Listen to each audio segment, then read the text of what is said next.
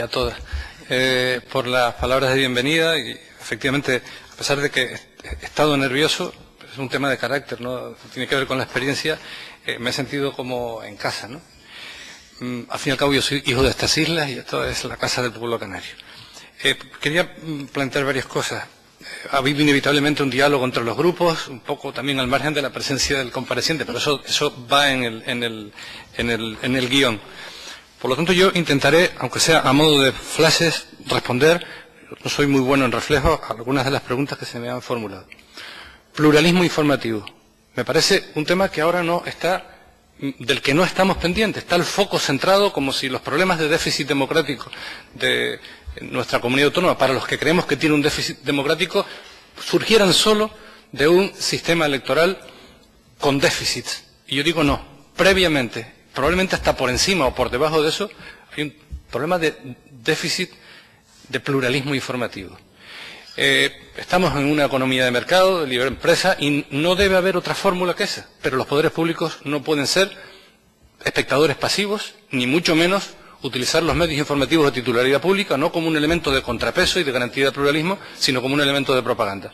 Yo veo mucha resistencia a lo largo de los últimos años, tanto en cambiar el sistema electoral, que en mi opinión es la columna vertebral de un sistema de poder muy resistente a la alternancia, como en la, digamos, democratización, la garantía efectiva del pluralismo y de la objetividad informativa en los medios de titularidad pública. Y como lo pienso, lo digo.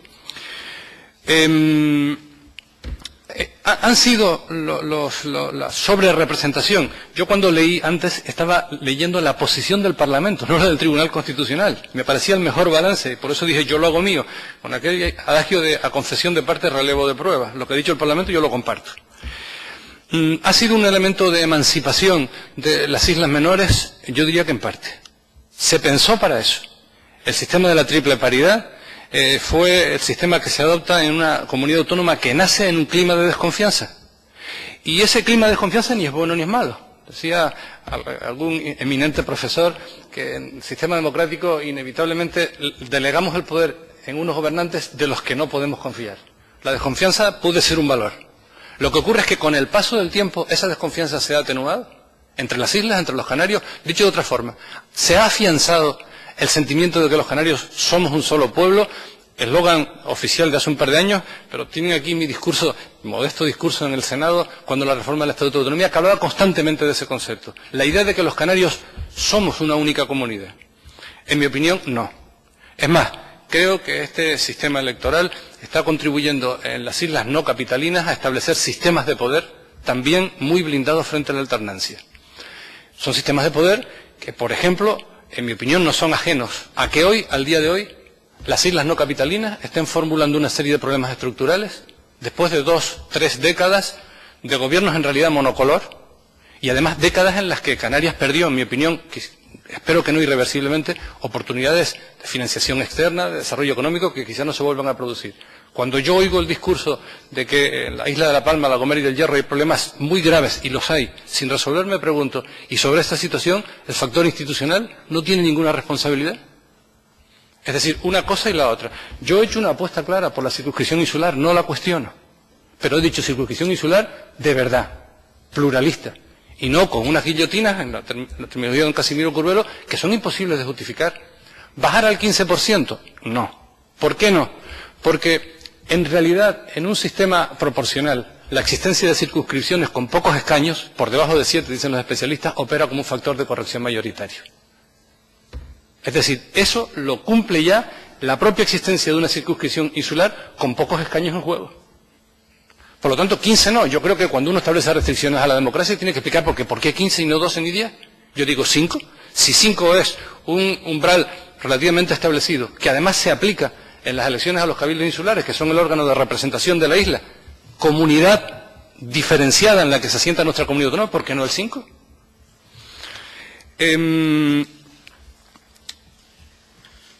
Yo formo parte de una generación en la que algunos nos llamaban los jóvenes regionalistas o los utópicos regionalistas, porque nos parecía que la comunidad autónoma, cuando se asentara, tenía que tener en el horizonte el objetivo de consolidar Canarias como una única comunidad política, como un solo pueblo. Y en ese terreno el papel de las instituciones es crucial. la existencia de una comunidad es la base de las instituciones, pero la labor de las instituciones, como ocurrió con el nacimiento del Estado moderno, debe tender a cohesionar y no a disgregar. Y aquí hay muchos factores centrífugos, que no solo se expresan en la existencia de agrupaciones insulares, que tienen una sobrerepresentación, así lo dijo el Parlamento de Canarias, que yo la puedo entender en sus orígenes, pero que puede dar lugar, y he comentado algunas, a consecuencias no deseables. Pero todo está en un campo de equilibrios. Yo no puedo hacer una propuesta. En esto funciono como funcionamos los juristas con los conceptos jurídicos indeterminados. Es decir, tengo claro qué no debe ocurrir. ¿Qué no debe ocurrir? Continuismo. Tengo claro cuál es el terreno de certeza positiva en el que debiéramos desenvolvernos. Yo no he dicho restablecer en puridad el principio de igualdad de voto. He hablado de tendencialidad. Y al mismo tiempo he dicho que no hay ni un solo sistema en el que no haya circunscripciones que tienen un premio de representación. Miren, en el Reino Unido ha llegado a tener mayoría absoluta. En la Casa de los Comunes, el Partido Conservador, mayoría absoluta, no ganan las elecciones, mayoría absoluta, teniendo en el conjunto de Gran Bretaña menos votos que el Partido Laborista. Esto existe en todos lados. Es un elemento de compensación, pero todo está en la cuestión de los equilibrios. Esto se puede conseguir a través de una circunscripción regional, una lista única. La he defendido como portavoz socialista y la he defendido con independencia del número de escaños que se le asignaran, porque entendía que había un factor cualitativo ahí. Y es que el discurso, la candidatura a la presidencia del gobierno, no obligatoria, efectivamente, fuera un discurso común para todas las islas, un factor de igualación. Y por eso cuando el Parlamento de Canarias, al alegar ante el Tribunal Constitucional contra el recurso de inconstitucionalidad, dice que el umbral regional en realidad actúa como una circunscripción regional funcional, yo le digo en este asunto con plena discrepancia al Parlamento que no, porque la existencia de una circunscripción regional, al margen del número de escaños que se le puedan asignar, tiene un factor cualitativo. Contribuir a un discurso que tienda a poner el acento en lo que nos une a los canarios y no en lo que nos separa. Por lo tanto, esta puede ser una fórmula. Otra fórmula puede ser la de un incremento razonable del número de diputados de las islas más pobladas, puede ser. Yo no me pronuncio al respecto, no creo que sea esa mi función. Pero este es el campo positivo que a mí me gustaría acotar, por donde, en mi opinión, deben ir las soluciones. Disculpe, presidente, que quiero leer un poco porque yo soy malo de reflejos y se me olvidan algunas cosas.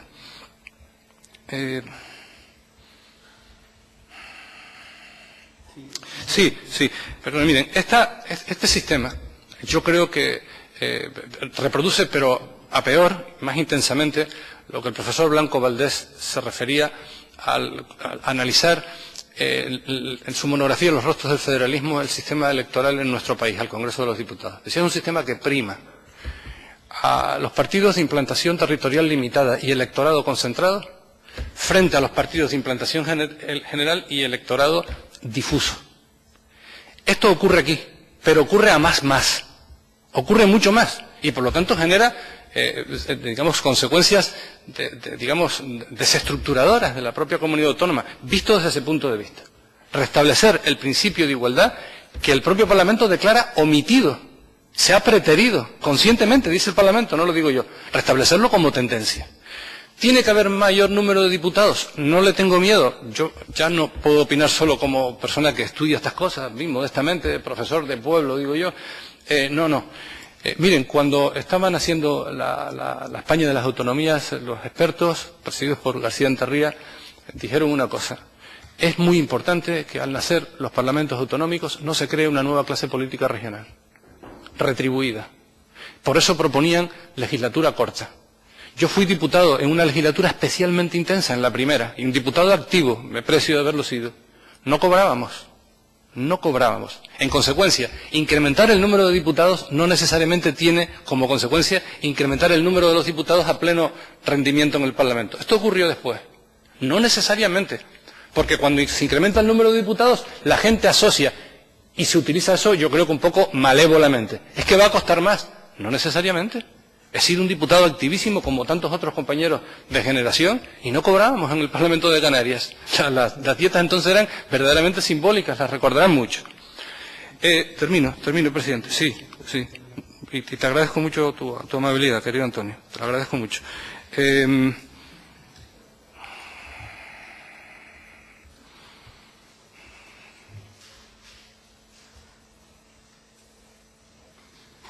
Mire, yo creo que, modestamente, he tratado todos los temas que quería comentar. Creo que muchas de las sugerencias que me han planteado... sí, una última para don José Miguel Ruano. El Tribunal Constitucional, termino con esta idea. El Tribunal Constitucional, como todos los tribunales, resuelve una controversia en función de los términos en los que se le ha planteado. A mí me hubiera gustado que el recurso contra este sistema electoral lo hubiera formulado algún actor de nuestro archipiélago. Algún actor de nuestro archipiélago, no el defensor del pueblo. Porque el defensor del pueblo, al formular esa propuesta, pues, en fin, probablemente no tenía el conocimiento ni de esto que teníamos nosotros, los canarios. Insisto, estábamos hablando de algo que arrancaba, pero que ya lleva 5 legislaturas en vigor. Y termina el Tribunal Constitucional con una manifestación de la que discrepo completamente, y se la voy a comentar a Ruano, diputado y profesor. Dice que los nuevos porcentajes, estos umbrales de exclusión, no está acreditado que hagan perder por sí solos al sistema electoral canario su carácter proporcional y, por lo tanto, su capacidad para reflejar las principales opciones políticas existentes en aquella comunidad autónoma. Es que un sistema proporcional no tiene como objetivo permitir representación a las principales formaciones políticas, sino garantizar el pluralismo político.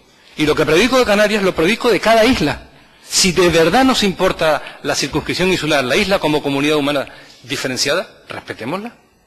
Y no hagamos que una isla en la que prácticamente la tercera parte de los votantes optan por una formación, se quede sin representación. Esto no puede ser, es un canto de respeto al factor insular.